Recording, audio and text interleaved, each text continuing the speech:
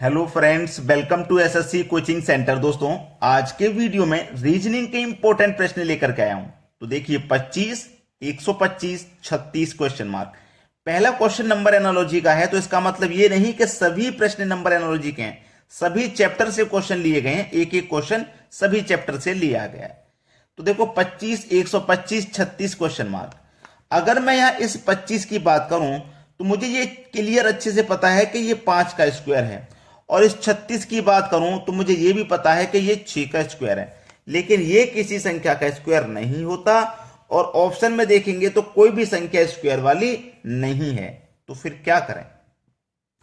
फिर ध्यान दीजिए कि ये मेरा 5 का स्क्वायर दिया गया है, तो ये मेरा 5 का क्यूब होता है। मैं आपसे पहले हर बार कहता आया हूं कि आपको स्क्वायर स्क्वायर और क्यूब याद होने चाहिए। ये अगर याद हैं तो 50% तैयारी आपकी हो जाती है, क्योंकि सभी प्रश्न में आ जाते हैं। ये गणित हो चाहे रीजनिंग हो, सभी में आ जाते हैं। तो आपको ये तैयारी अच्छे से करनी है। कम से कम क्यूब और स्क्वायर ये दोनों आपको याद रखनी है। आप कितने तक याद कर रहे हैं? बहुत सारे बच्चे कहते हैं सर कितने तक याद कर लें, कितना तक जरूरी है? भाई अगर मैं आपसे कहूंगा कि 1 से लेके 100 तक के स्क्वायर और 1 से लेके 100 तक के क्यूब याद कर लो, तो क्या आप कर पाओगे? अगर कर पाओगे तो जरूर कर लो, वरना आप जितने तक कर पाते हैं 40 तक, 50 तक, 60 तक, उतना मैक्सिमम कर लीजिए। चलिए 5 का स्क्वायर 5 का क्यूब, तो 6 का स्क्वायर 6 का क्यूब आ जाएगा कि नहीं? और 6 का क्यूब कितना होता है? 6 का क्यूब होता है 216। 216, इसका मतलब प्रश्नवाचक चिन्ह की जगह पे 216 आ जाएगा, जो कि हमारे सी ऑप्शन में। यह हमारे प्रश्न का क्या हो गया? सही जवाब। अब देखेंगे अगला सवाल। अगला प्रश्न है, दी गई श्रृंखला में गलत संख्या ज्ञात करें। देखो एक सीरीज श्रृंखला हमारे पास है, इसमें कोई एक संख्या गलत है, वही गलत संख्या हमको पहचाननी है। क्या है? देखो 2, 5, 10, 50, 500, 5000। बहुत सारे बच्चे तो कहेंगे कि यहां पे जो गलत संख्या है ना, वो आपके या तो 2 होगी या 5 होगी। लेकिन ऐसा नहीं है, या तो 2 होगी या 5 होगी। क्यों होगी? क्योंकि सभी के देखो यहां पे 3 जीरो, यहां पे 2 जीरो, यहां पे 1 जीरो, 1 जीरो, यानी कि सभी संख्या जीरो वाली है। नहीं है, ऐसा नहीं सोचना, आपको तरीका सोचना है कि देखो 2 का मल्टीप्लाई अगर मैं उसकी अगली संख्या 5 से कर देता हूं, 2 का मल्टीप्लाई 5 से किया तो देखो 10 मिल गया, यानी कि तीसरी संख्या मिल जाती है मुझे। पहली 2 का मल्टीप्लाई करने से तीसरी संख्या मिल गई। अब मैं क्या करूं, इस 5 का मल्टीप्लाई इस 10 से कर दूं, तो 5 का मल्टीप्लाई 10 से करूंगा तो 50 मिल जाएगा। ऐसे ही आगे बढ़ते जाएंगे हम। ऐसे ही 10 का मल्टीप्लाई हम 50 से करते हैं, 10 का मल्टीप्लाई 50 से करेंगे तो 500 मिल जाएगा। बिल्कुल ठीक, बिल्कुल सही है, यहां तक तो 500 मिल गया। अब क्या करेंगे, यहां 50 का मल्टीप्लाई 500 से करेंगे तो कितना होता है? 5 5 25 होता है, और 3 जीरो आ जाएंगे। तो यहां पे देखिए मैंने 2 का मल्टीप्लाई 5 से किया 10 मिला, 5 का 10 से किया 50 मिला। 50 का जब 500 से कर रहा हूं तो 25,000 मिलता है, और हमें दिया कितना गया है? 5,000। तो ये संख्या गलत है। यहां पे इसके स्थान पे आना चाहिए था 25,000, दिया गया है 5,000, तो ये गलत है भाई। तो गलत संख्या ही तो पता करनी थी, तो सी ऑप्शन में दिया गया है। ये हमारे सवाल का बिल्कुल सही जवाब है। अब देखेंगे अगला प्रश्न।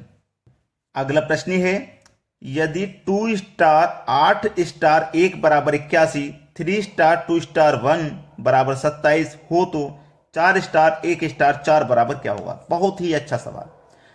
2 स्टार 8 स्टार 1 का हम क्या करें कि हमारा 81 बन जाए? बिल्कुल वैसे ही 3 स्टार 2 स्टार 1 का क्या करेंगे? 27 बन जाए।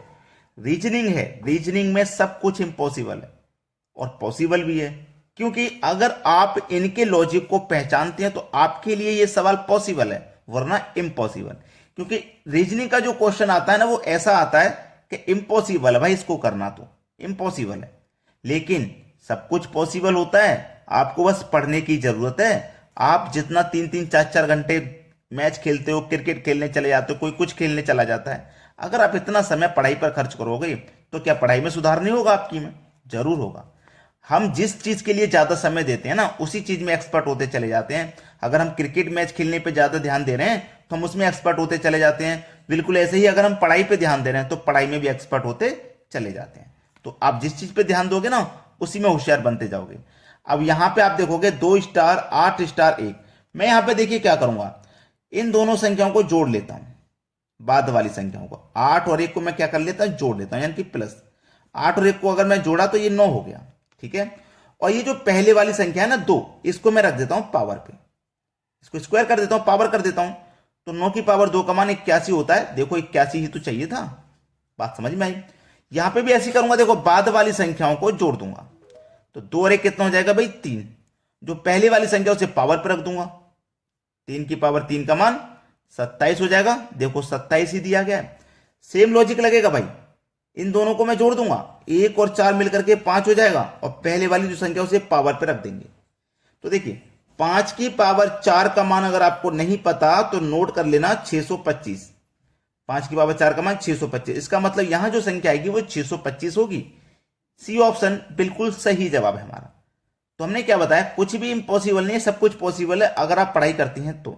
चलिए अब देखते हैं अगला सवाल। अगला प्रश्न है, बी का भाई ए है।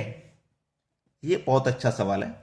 बी का भाई ए है, ए की मां सी है, डी की पोती बी है, ए का पुत्र एफ है, तो बताइए एफ का डी से क्या संबंध है। चलिए उसने क्या बोला है उस पर ध्यान देते हैं। बी का भाई ए है, ये जो बी है ना बी का भाई है ए, बी का भाई है, सबको नोट करते हुए चलेंगे। भाई है ना तो प्लस ले लो, इसका अभी हमें नहीं पता, ठीक है, मेल है या फीमेल। अगर मेल होता तो प्लस, फीमेल होते तो माइनस ले लेते हैं समझने के लिए। ए की मां सी है, ये जो ए है ना इसकी मां कौन है, सी। अब एक चीज, ये मां है ना तो निगेटिव ले लूंगा मैं। एक चीज क्लियर करिए, ये दोनों क्या है, बी का भाई ए है, तो ये जो बी है ना या तो इसका भाई होगा या इसकी बहन होगी, ठीक है ना। तो जब ए की मां सी है तो बी की मां भी तो सी हो जाएगी। बात क्लियर है, बी की मां भी सी हो जाएगी। इतना समझ में आ गया ना। फिर बोला है सी है, ए की मां सी है, डी की पोती बी है, डी की पोती बी है। अब डी की पोती बी है, डी की पोती बी है, ए का पुत्र एफ है, ये जो ए है ना इसका पुत्र एफ है, ये पुत्र है ना, मेल है तो प्लस ले लेंगे, ए का पुत्र है एफ है, तो एफ का डी से क्या संबंध है। अब देखो डी की पोती बी है, ये जो बी है ना ये डी की पोती है, डी कहां जाएगा, यहां जाएगा, ठीक है। अब देखना डी की पोती बी बोला था ना, तो पोती कौन होती है भाई, डी की पोती बी है। अब ये बी पोती है ना तो ये चीज क्लियर हो गया कि ये फीमेल है, तो इसे हम माइनस ले लेंगे। अब देखो पोती कौन होती है, यानी कि दादा की, ये जो डी है ना बेटे की बेटी या बेटी की बेटी पोती होती है। तो देखो ये कौन है, मां के मां या मां का पिता, या तो मां की मां होगी ये या मां का पिता होगा। इतना क्लियर है ना।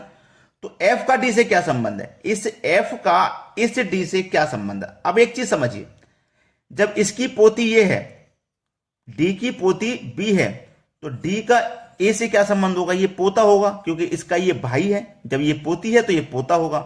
और पोते का पुत्र कौन होगा, परपोता होगा, परपोता हुआ कि नहीं, तो आपका डी ऑप्शन बिल्कुल सही आंसर हो जाएगा। अब देखेंगे अगला सवाल। अगला प्रश्न है, यहां पर देखिए जो प्रश्न है थोड़ा सा डिफिकल्ट है, थोड़ा सा आपको कठिन लगेगा। अब ये यहां पे कौन संख्या आएगी, प्रश्नवाचक चिन्ह की जगह पे आपको बताना है। तो चलिए कैसे करेंगे। अगर मैं इस बीच वाली संख्या 5 में से इस 2 को घटा देता हूं, घटा दिया मैंने, माइनस कर दिया। जब मैंने माइनस किया 5 में से 2 को मैंने माइनस कर दिया, तो कितना बचेगा भाई, 3 बचेगा। ठीक है, सिंपल है ना, 3 बचा। अब इस 3 में इस बीच वाली संख्या को ही अगर मैं जोड़ देता हूं तो मुझे कितना मिलेगा, 8 नीचे वाली संख्या।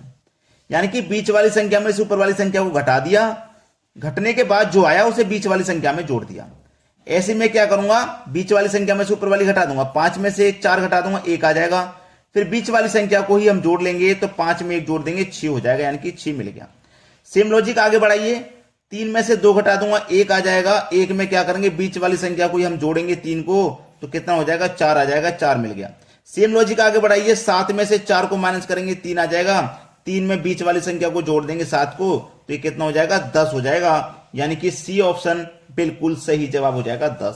क्वेश्चन मार्क जो है यहाँ पे कौन सी संख्या आने वाली है, 10 आने वाली है। तो अगर आपने अभी तक लाइक नहीं किया वीडियो को तो लाइक जरूर कर दीजिए, शेयर नहीं किया तो शेयर कर दीजिए, इतना काम जरूर कर दीजिए। ठीक है दोस्तों, धन्यवाद।